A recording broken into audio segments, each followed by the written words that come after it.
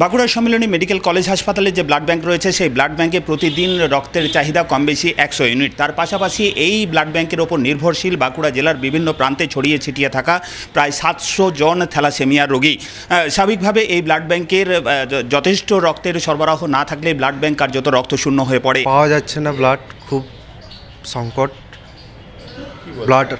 Blood আমার দুটো দরকার ছিল, একটা পেয়েছি, আর একটা পাওয়ার জন্য এখন ডোনার লাগবে।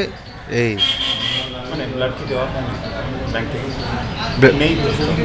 ব্যাংক থেকে ডোনার না হলে এখন হচ্ছে না, খুব সিচুয়েশন খারাপ। না, ব্লাড ব্যাংক থেকে বলছে ডোনার নিয়ে আসুন, তারপর ব্লাড দেওয়া হবে। লিখেছিল যে রক্ত দরকার, তো রক্ত পেলাম না, ডোনারকে নিয়ে আসতে হয়েছে।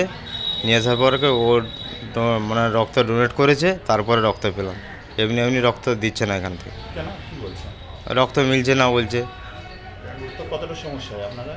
সমস্যা হচ্ছে ডোনারকে নিয়ে আসতে হচ্ছে, এটা চাপ হচ্ছে, ডোনার পাওয়া যাচ্ছে না।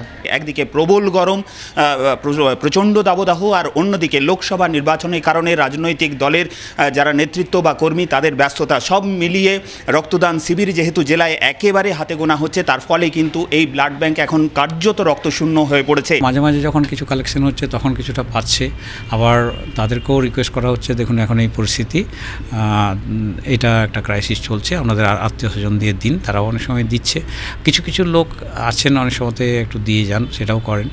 আর কিছু কিছু ক্যাম্প হচ্ছে, বা আমাদের যেমন ডাক্তারবাবু কিছু দিয়েছিলেন, আবার আমাদের কর্মচারীরা পার্টিকুলারলি এই কয়েকদিন পরে একটা ক্যাম্প, বড় ক্যাম্প অর্গানাইজ করেছে আমাদের রাজ্য সরকারি কর্মচারী ফেডারেশন থেকে। তারপর আমাদের নার্সিং স্টাফেরা 13 তারিখে একটা ক্যাম্প করবে, এরকম আর কি। কিছু কিছু ক্লাবও মানে এখন দু একটা ক্লাব আগিয়ে আসছে এনজিওর মারফত, যাতে কিছু ব্লাড দিতে পারা যায়। এর ফলে কি মানে চিকিৎসা পরিষেবা কোথাও ব্যাহত হওয়ার আশঙ্কা বা অস্ত্রোপচার বন্ধ থাকা, ব্যাহত হওয়া? অস্ত্রোপচার এখনও বন্ধ হয়নি। এমনও একটা ঘটনা ঘটেছিল যে আমাদের ডাক্তারবাবু সেই অবস্থায় অস্ত্রোপচারের খুব দরকার ছিল, আমাদের ডাক্তারবাবু একজন মহিলা ডাক্তার ব্লাড দিয়েছিলেন। অস্ত্রোপচারের ব্যাহত হয়নি, তবে হ্যাঁ পেশেন্টের আরও এটা স্বতঃস্ফূর্তভাবে যদি আরও সহজে পেয়ে যেত, কারণ বাড়ির লোককেই সেই পেশেন্ট পার্টিকে ব্লাড দিতে হচ্ছে, তার সাথে পরিচর্যা করতে হচ্ছে, এটা একটা অস্বস্তিকর অবস্থা একটা দাঁড়িয়েছে। কবে নাগাদ কাটতে পারে এই সংকট? এটা দেখুন, ইলেকশনের ব্যাপারটা একটা রয়েছে, ইলেকশনটা হওয়ার পরে আশা করব যে ক্যাম্পগুলো এবার খুব দ্রুত গতিতে হতে থাকবে। অধিকাংশ গ্রুপের রক্ত মিলছে না। বাঁকুড়া সম্মিলনী মেডিকেল কলেজ হাসপাতালের বিভিন্ন ওয়ার্ডে যারা রক্তের যাদের চাহিদা রয়েছে বিভিন্ন ধরনের অস্ত্রোপচারের কাজে, সেগুলো কার্যত ব্যাহত হচ্ছে রক্ত না মেলায়।